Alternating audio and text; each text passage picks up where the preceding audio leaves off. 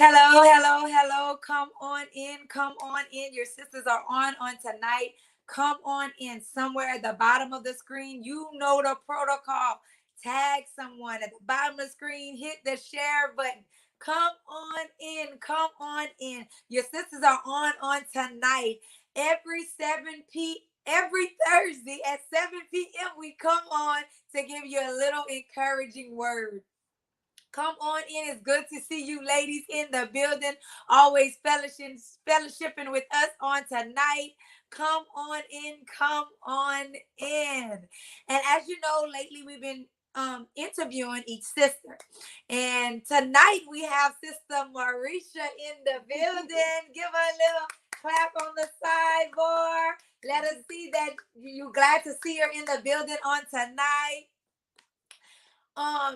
So we're gonna do a little interview with Sister Marisha on tonight, and she's gonna give you a few little encouraging words and different things that God has given her to encourage another sister on tonight. So this is your time to start your watch party or tag someone, anyone that you think needs to hear an encouraging word, even though you think they are more than capable of handling the situations in their life, they might still need an encouraging word to push them to the next level. So come on in, tag, share, start a watch party, because God has given us a word to give you on tonight.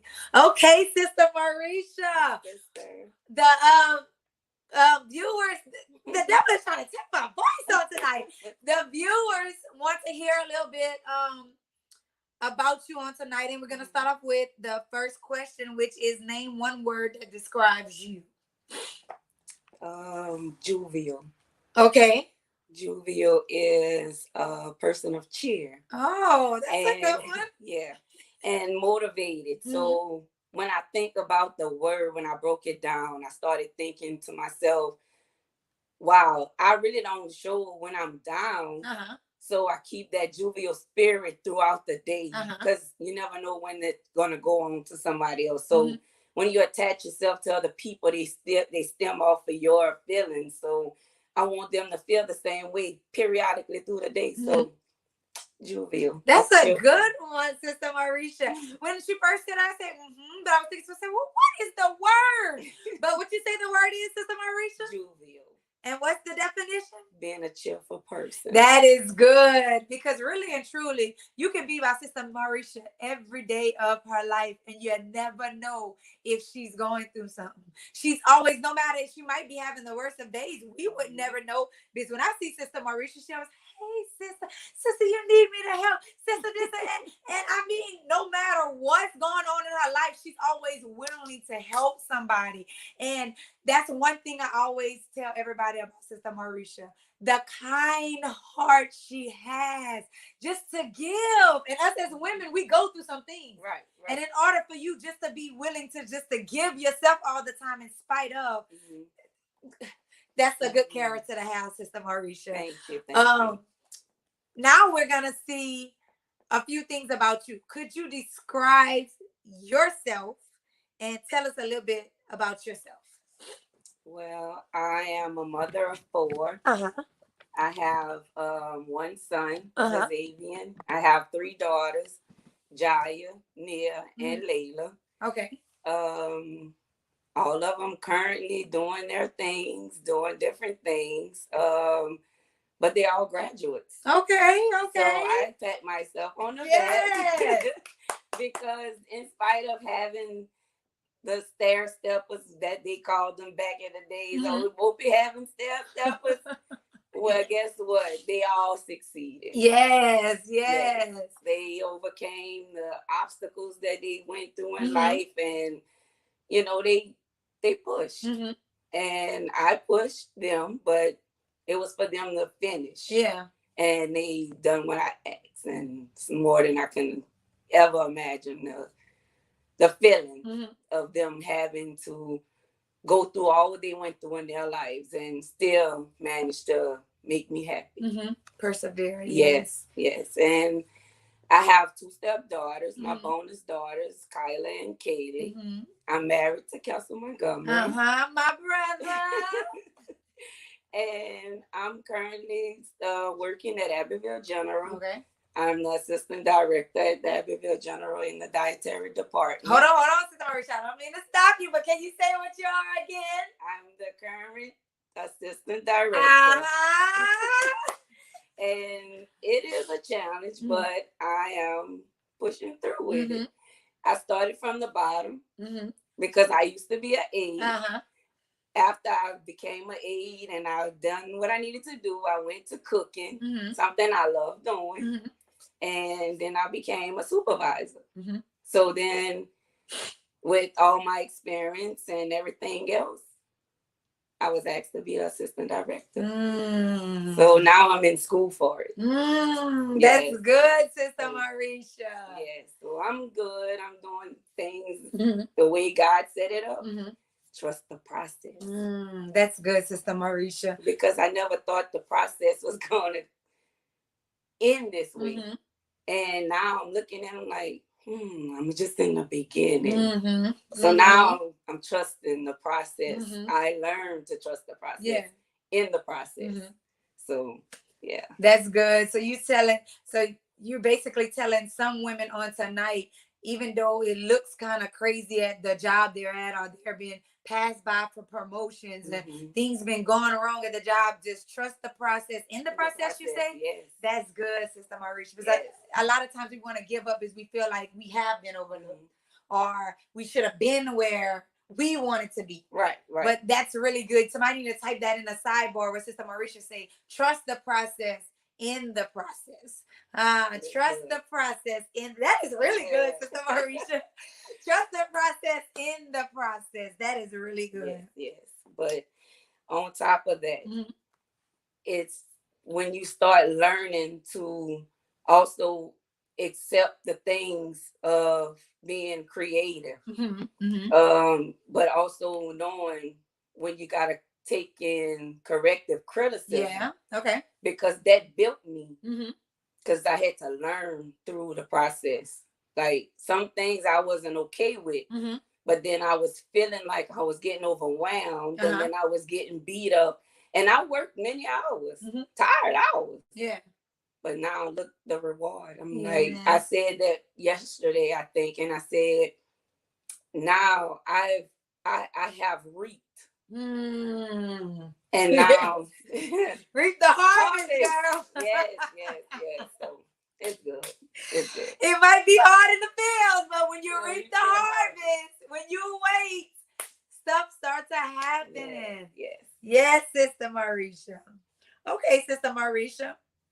What is the best thing a woman can do? Wait, let's say it like this. What is the best thing you think a woman can do while in the midst of suffering? Pray. That's good. Praying keeps you connected. And I often find myself praying daily and throughout the day.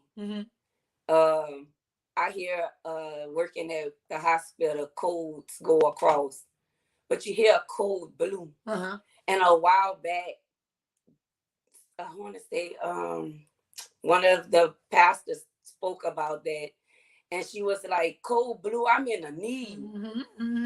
I need somebody right now. That was Sister Electronica. Yes. And she said that, and she said, I don't care what it is. Come to my aid now. And I remember that, and I was sitting there, and I'd be like, I can hear these codes go off all day, but I'm going to pray for whoever is at that moment in the need. So, I mean, periodically through the day, prayers connects me in different ways. Even if I'm feeling the worst part of my day, prayer brings me to a level where I can deplete what I'm going through and connect who I need to who I need. That's good. Yeah, so that's good. Prayer is connection. When we feeling kind of drained, get connected, and everything recharge. Recharge, and everything flows like we want it to be. Right. We just gotta stop and recharge sometimes. Sister Marisha, being a mother and learning along the way, what do you wish that you would have known earlier on that you know now? Well, one of them is patience. Okay. Mm-hmm. Yeah. Patience. For me with my girls, Mm-hmm. it's it takes a toll on you because they're everywhere. Mm-hmm. But when you have three, so Yeah. you have to make sure you handle one in a manner that she can be handled, Mm-hmm. and the other one in a manner she can be handled. And when you get to the son, he's just like, whatever, mom. Nonchalant. Yeah. Can I tell y'all, my son calms every situation. Whenever I'm going through with his sisters, it's him. Mom, they gonna be who they need to be, but I need you to be who you need to be. So Yeah. it's learning patience with each child and on each level. Mm-hmm. And I said my girls first because my son never gave me the troubles that my daughters gave me. Mm-hmm. Yes, they do have different personalities, but my son always was that stand up person, Mm-hmm. but my humblest child. Yeah. And I get that a lot from people all around that they can talk to him about anything, Mm-hmm. and yet they still see the humble Xavier. Yeah. You know, and he's that person. He's gonna give you the shirt off his back.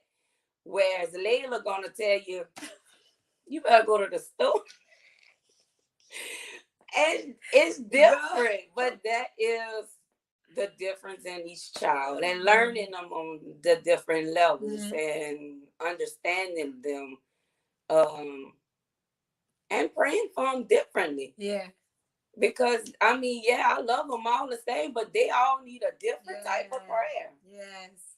And I had to learn that as well. Yeah. Especially being that I had stair steppers. Yeah. Oh, back to back. Back to back.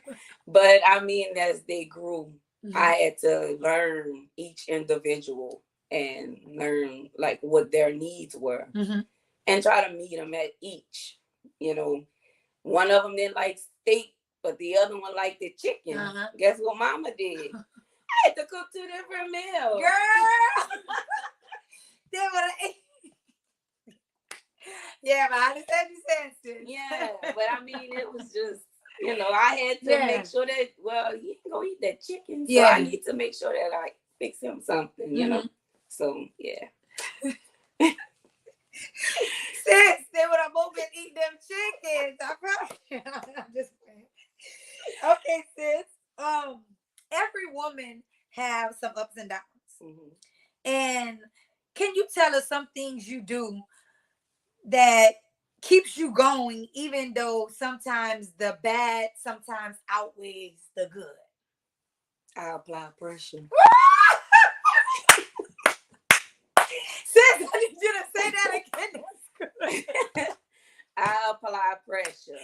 That is good, sis. That is good. Look, y'all, I felt that deep down when she said that's why I had to come off like that. I felt that. You felt it. It was good. Oh! And it's even better when you start. Because I mean, you got to stand on pressure points 10 toes down. Oh, girl. On their neck. That's good. Apply pressure. I think a lot of times, a lot of us don't apply pressure. That's why I guess we crumble and fall. Correct. And I get that. And sometimes when I'm starting to feel like I'm wobbling off the course, then I got to get aggressive with it. Because now my aggression is what's going to pull me to apply the pressure. I got to grasp it. Ooh. Yeah. It gets to me, sis, but I got to handle it. That's good, sis. Yeah, but we go, we go for the gusto when we want something. Yeah. So, yeah, apply pressure. On the sidebar, that's what she's saying. Type it in. Apply pressure. Or if you don't want to write it, just do the little, what it is, the little swole on that comes in the emojis, the muscle. That's what it is. And put that, we know what you're talking about. Apply pressure. Oh, sis, I see you writing it in the sidebar. Sister Marisha say apply pressure. So no matter what you go through, what you say, sis? Apply pressure. Ooh, that's really good. And you see, each sister, when they answered that question, because everybody had that question, it was differently. Mm-hmm. Everybody said a different thing. Mm-hmm. And everyone was like, whoo, when they said it, because they didn't go for normal stuff like, just deal with it. No, they said something powerful. Yes. And I really applied pressure. Yes, yes. That means no backing down. No. Woo, No. Go for the gusto.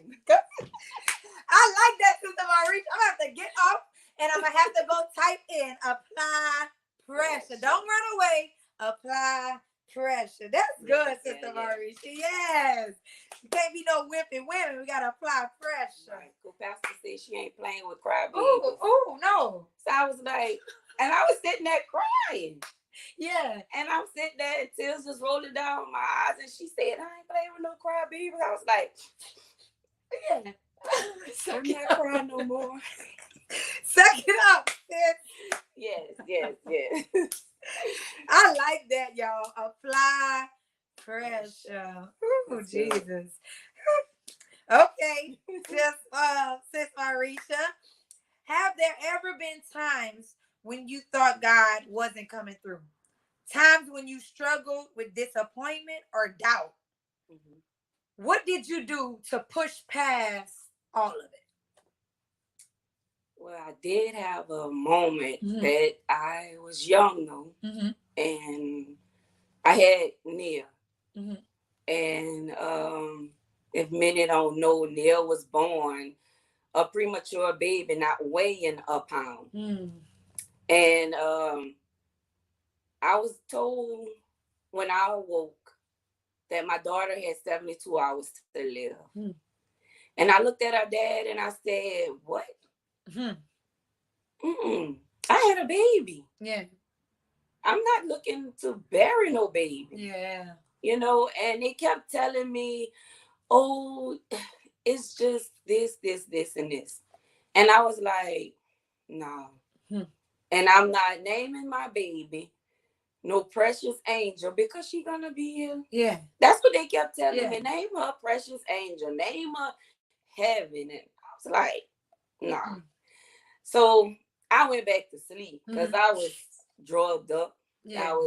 They had me on many drugs. But I woke again and it was over 72 hours. And I really was sitting there looking like, my daughter's still here? Yeah. They said, yeah. I said, can I see her? And they said, yeah, but it's not what you think. And I was sitting there looking at her and I was like, well, she said, it's not what you think. Because I see my baby. Which y'all thought wasn't a pound. This was a full-born baby to me. So I was sitting there and I just observed my child. And I wasn't praying like I'm praying now, but I prayed. And I was like, my daughter gonna make it. I'm not tripping off all these tubes and all this other stuff, being arrogant and saying, I'm gonna go back to my room. My baby gonna be fine. And then I want to say it was 2 weeks later. And I was like, they come in and say, we don't know how long it's gonna be. I mean, they still giving it a death date, a death time. And I was like, nah, she made it past that 72 hours. Well, let me give her a name.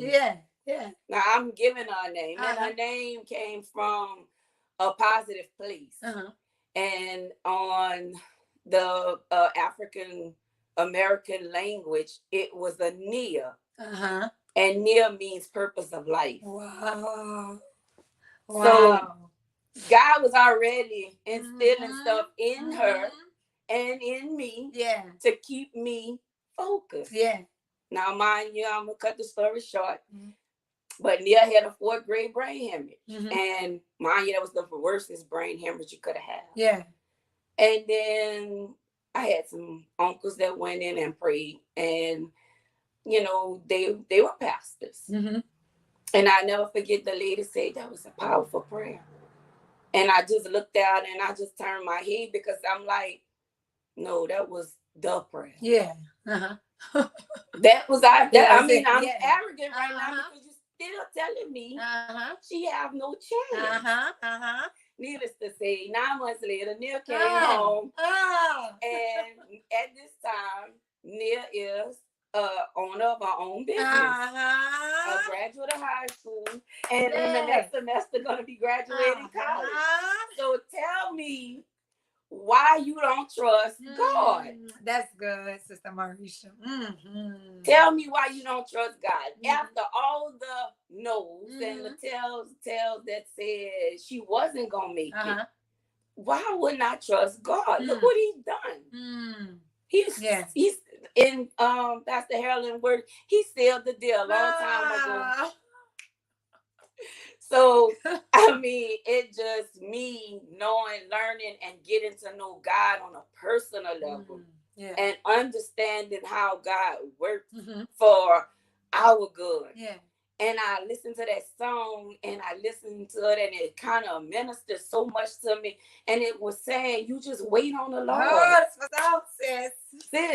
I would be on my face, Lee singing it now. I'm still crying, but listening to it, it just drops me because in the wait, I still experience God's presence and look at how it manifests. And I'm looking at a walking miracle. She haven't got the concept. She has struggles. Don't get me wrong. But when she's going to be able to fully grasp it all and understand her testimony, I'm waiting for it. I'm praying for it because I know it's going to be awesome. Powerful testimony. Touch many people. Yeah, it will. A living, walking miracle.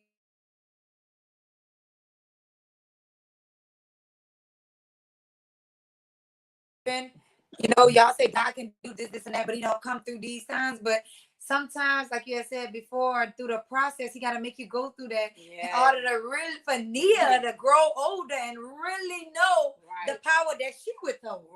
Which she was withholding from a baby. And it's been instilled.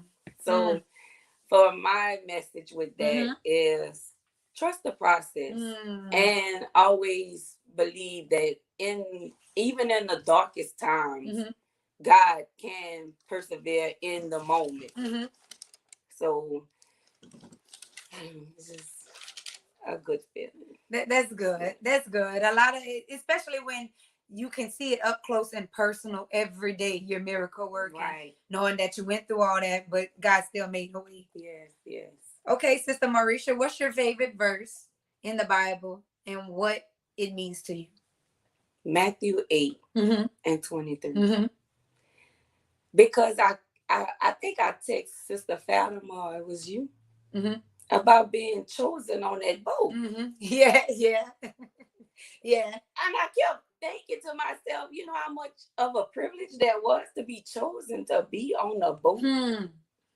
And knowing that you don't know what you about to go through, but God went to sleep. Yes. And I kept sitting there and I'm looking, I'm like, God went to sleep. He wasn't worried about nothing at all. Now, through the whole thing, they got waves and the bad storm and everything going on. And God was still asleep. Nothing woke him up. But you were chosen to be on the boat with God, and you questioning why is God still asleep? And then you went and woke him up. You didn't trust the fact that he was on the boat was enough. So you went and woke him up. So I was like sitting there listening, reading that, and I was looking at that text, and I was saying to myself, "Oh, to be chosen to be on a boat with Jesus himself." And I was sitting there looking, and I kind of think back, and I was sitting there, and I'm like, how many times I done been in places, chosen to be in places. And I'm thinking, oh man, it's just getting to me. It's a bit much. Oh, I'm going to get through this. But then Jesus was right there with me. And I remember co-pastor saying back a long time ago, Jesus is in the boat. So why are you worried? So, it's just, and I tell that to Pat all the time. We high five each other and say, Jesus is in the boat. So just, read the text for yourself. And I would like somebody else to dive in that text. Because just as I dived in it, somebody else gonna pull something else out of it. But it encouraged me to know Jesus will always be with me wherever I go. And I'm always standing on that same boat, knowing I don't care if the worst hurricane, typhoon, cyclone come. Jesus is still there. Still in the boat. He's still in the boat. He's still rocking with me. That's good, sis. So don't be bothered. Nah, don't be bothered. Don't let it bother you. Even if he's sleeping, he's still right there with you. Yes. Since we coming out with all kind of little things, we could be using little memes and stuff. He's still rocking with me. Sis. Okay, that's a good shirt thing to put on a shirt. Oh, yeah. We'll have to get us some. Oh, yes, sis. Okay, sis, what's one thing in your life that was hard and should have took you out but didn't? I'm gonna be transparent. And I'm gonna be honest because it was a dark place for me, and it kind of hurt me into a part where I wasn't ready for. I wasn't ready to move on. I wanted to stay with him, but I wanted to stay with him for my children. And that was my breakup with my children's dad. It took me into a whole different roller coaster with that. And I fight with it along with my children. So I'm sitting there saying to myself, who gonna want a woman with 4 kids? And I'm sitting there and I'm like, can life get any worse? And I was stuck in a bad place. I went through depression to the point of a whole nother issue I was having within myself. And it was more of me smoking weed, finding myself having to go in an area where I was feeling like I was done and I wanted something better, but I would turn to smoking weed. And then I would look at my kids and I didn't want my kids to feel like, Mama, what's wrong with you? What's going on with you? And I remember like my daughter looking at me and I was asleep and I had overslept and she was like, Mom, it's time to get up. It's time to get up. But it really wasn't my daughter. It was God. And I got up that day and I sat, I want to say about 5 minutes in the car. And Sister Pat happened to be walking, going to the store. And I'm sitting there with Sister Pat and we talking and she laughing always, you know how Miss Pat is. And I'm saying to her, I'm gonna talk to you later. She said, yeah, we having a women's conference at Faith Hope if you would like to come. I was like, yeah, you know what? I'm gonna go. So she said, oh, look, I got a shirt. And she said she was taking some orders for the shirts. So I was like, okay, I'll be there, Miss Pat. I'm be there. So I gave her my money, got her my shirt. Well, later on, I walked in another store who I ran into Fatima. So I was like, hey, sis, I hadn't seen her in a while. She said, sis, we having a women's conference. Why don't you come out? I said, girl, I'm gone. And I meant that I was gone. Well, I didn't just make it the Sunday. I ended up gone. I want to say it was the Wednesday, the Thursday, Friday. I went, but because on the program it say you're in a fight for your life. So in spite of all what I was,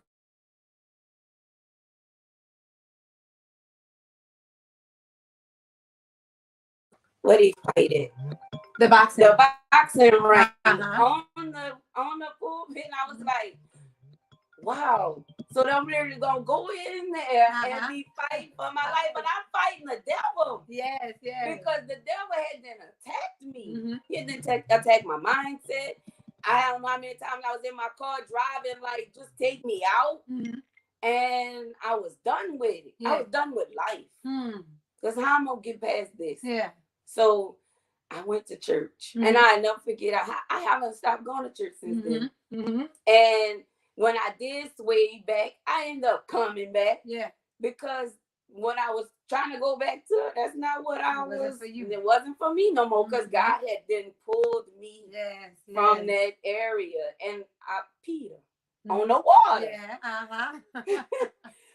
he pulled me, and I never turned back. It was an area in my life that I thought was going to take me out, and it actually built me for my life I have right now. Yes. It's something when we think we in a battle that's going to take us out, and God sends people, little old people, maybe Miss Pat, Fatima. But and then if you didn't catch it the first time when he sent it through Miss Pat to tell you about the conference, then he had somebody to back door, which was Fatima, and come back and tell you, not knowing it was in a time of your life where you needed to be there. Right. And then look the title. Yes. So I was like, man, could that just not be that? I wasn't even looking at that as a coincidence. I was looking at that as the blessing. Yes. Because I pushed past all I was going through and still made it to church. I went that Wednesday, that Thursday, that Friday. And I think I went the Saturday or one of the days they didn't have it, but I ended up going to Sunday. Child, changed my life. I was like, yes. They ain't gotta worry about me no more. I'm plugged in. Yes. I'm plugged in. Yes. And see, a lot of times people just think it's it's just another church event or something. But it's something about when nothing's wrong with men and women getting together, but it's something about when women can get together. Knowing everybody's going through a different thing, but we all together crying and pleading and praising at the same time for some situation that we going through. It's always something that's there to help you along the way. It's just for us to reach out and grab whatever that is. Yeah. Like the retreat that's coming up, the women's retreat that's coming that Faith Hope is having. That so many people should have done signed up for, because you never know what you can receive just by going to that retreat. That's it. It's I'm always excited. something. I'm ready. I'm going to enjoy this. It's recharge. I'm ready. Girl, we going. I'm going to recharge, honey. Yes, Jesus. He said it at the right time. At the right time. Okay, and if you're wondering, the retreat is November the 19th, and you can sign up for it on Each One Reach One page that we're giving. Just throwing that out there. Might be a woman that just want to go and recharge, revive. You never know. And connect. You never know. Okay, Sister Marisha, when you reflect on your life, how has God provided for you over the years? Ultimately, he has. And I'm gonna just tell this testimony right quick, because this is just how he moved. And I think about that song and it's a move. So it was going on my extension. I didn't have no money. I had quit my job because I wasn't making what I wanted, and it's a whole nother story. So I'm sitting up there looking, how I'm going to keep the lights on for my children. Knowing in the morning at 8 o'clock, they're going to come cut me off. Well, I went to the account and I tried to pay it. And I still got that paper. I still got it. It was paid. Really? It was paid. Oh, wow. Okay, sis. So I don't even know, and I didn't even question it, but I kept that paper and I kept that bill. And it's in my Bible. I should have bought it. Because how did it happen? And I ain't know nobody. That's good. It's when you're connected. And favor not fair. Yes, yes. But at that time, I needed him, and he came through. And I had I had no choice but to praise him. Yeah. That Sunday in church, I think I stayed on my face because I had a reason to praise him. Yeah. And it was personal for me. And my kids was wondering, Mama, what's the matter? What's the matter? But girl, when they came home and they had lights and I was cooking. Yes. Y'all don't even understand. Just go in y'all room, do y'all did it, and let's go. Yes. Yeah, but He that's God. That's how he is. He shows up. Just about to He shows up. He shows up and shows out when we least expect it, sis. Yes. He be like, you going through too much right now. So before you give up, let me throw you a little something you're going is already paid. Girl, child. It held me together. It held me together because on that week, I ain't just had that bill. He just said, take care of the rest. And I got this. Girl, it was good stuff. It be kind of mind blowing sometimes when he come and do that. Yes. And we be all teary eyed and be like, what? You go ahead with your bad stuff. Like, what? You came through. Yeah, and I remember go back and say, my papa got me. Papa got me. Trust me. If nobody else got us, he Papa has. That's it. That's it. Okay, Sister Marisha. Let me see. Did I ask this? If you could rewind life and change anything, what would it be and why? Probably more of being closer to God earlier before I had to go through all of this. Okay. And mainly because now I feel like I should be farther than what I am. But it's not this was the ordained path for me. So I learned this a while back that my path is not from my mind. It is the way God laid it out for me. But I always say, but I wish that I would have. I remember going to Sunday school, vacation Bible school. I had all of that. But then whenever I became a teenager, what I did, like everybody else, I went with the flow of life, learning to do things this way, that way. And I'm going to let you after a while, God. I'm going to be back after a while. I'm telling this to God. And then, we was teenagers. So we was thinking we have the life to live. And then, boom, it slaps you quick, fast and in a hurry. And then I'm wondering, like, I did tell God I was coming back. But I didn't think he was going to say, I'm coming back for you this fast. You're going to seek me earlier than you think.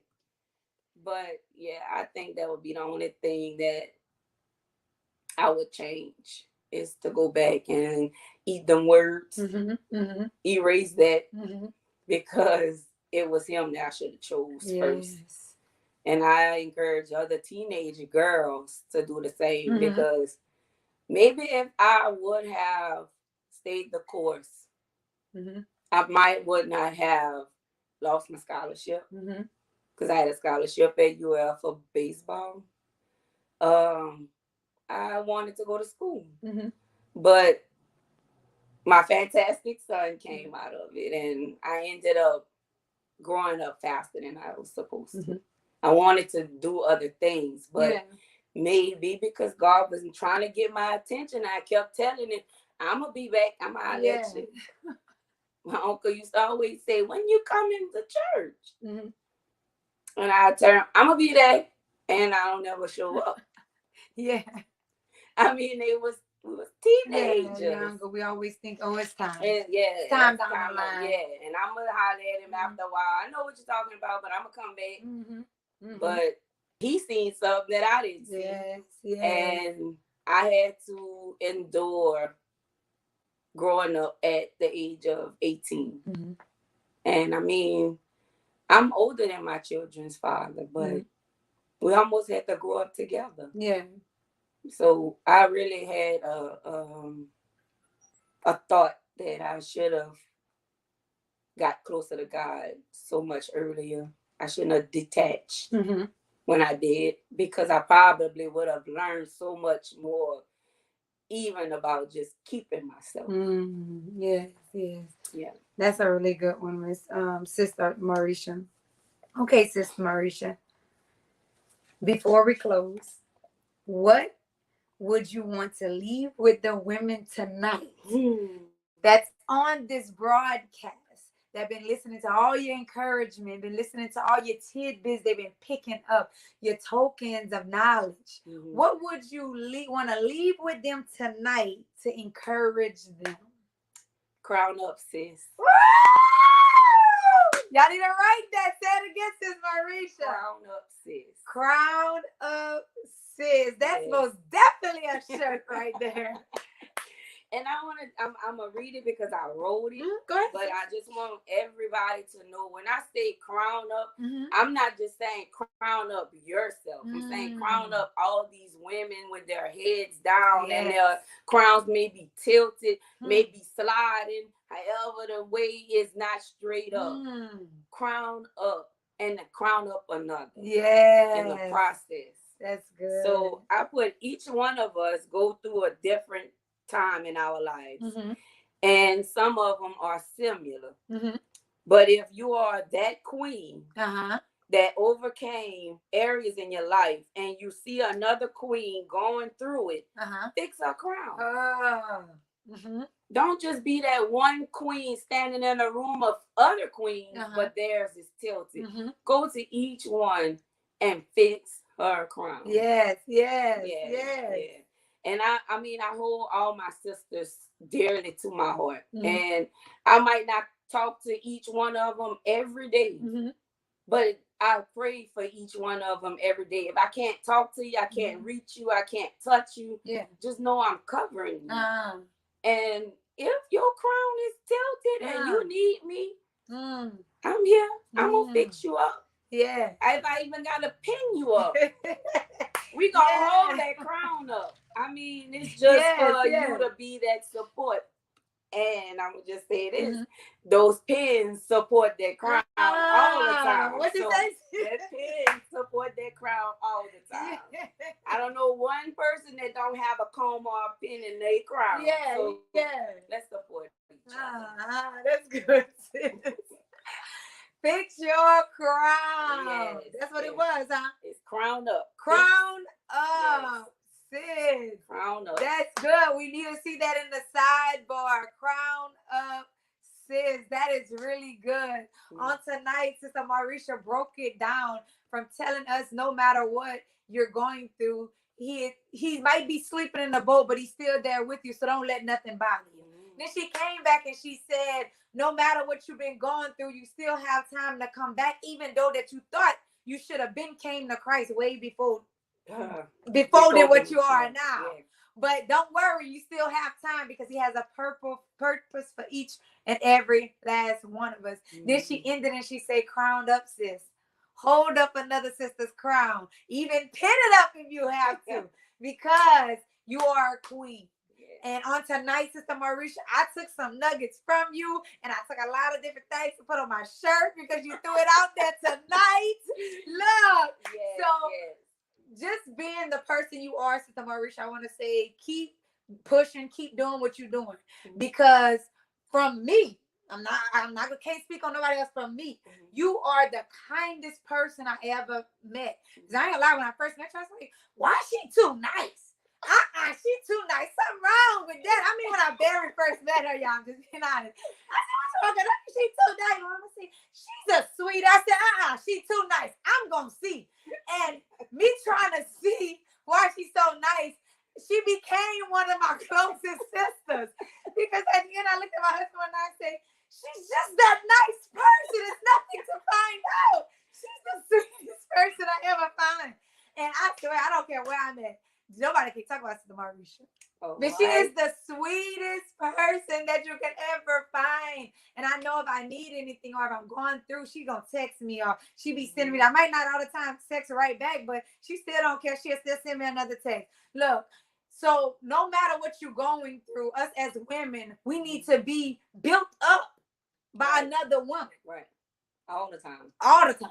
And I always say that about I say crown up, sis, and each one reach one. Yes, yes. It goes together, especially with women. Stop tearing each other down, build each other up. It's in that era where I see young mothers, I see daughters and young ladies that's going through having children that like at my age when I started, they need that motivation. Crown up and get up. And we can give a lot of wisdom to them also, you know. So just keep encouraging another sister, and don't be saying what Sister Katrina was talking about, Sister Merch. I'm just being real, and sometimes you have God puts people in your life. And me, I'm thinking I'm just investigating to see why Marisha's so sweet. The whole time she was meant to be. I was meant to be connected to her because he knew it was gonna be stuff down the line that we both can help each other with. Right. So you never know who's around you. So stop talking about the people and their crowns being tilted and help them fix their crown. Right. That goes out to somebody tonight. But look, we loved having you on here tonight, Sister Marisha. And we're probably we have one more sister to interview, and we'll all be back on the panel once again, all together the following Thursday. So encourage another sister. Just stay focused, stay pushing. We love you. God love you. And just stay pushing. See you guys later until next Thursday at 7 p.m.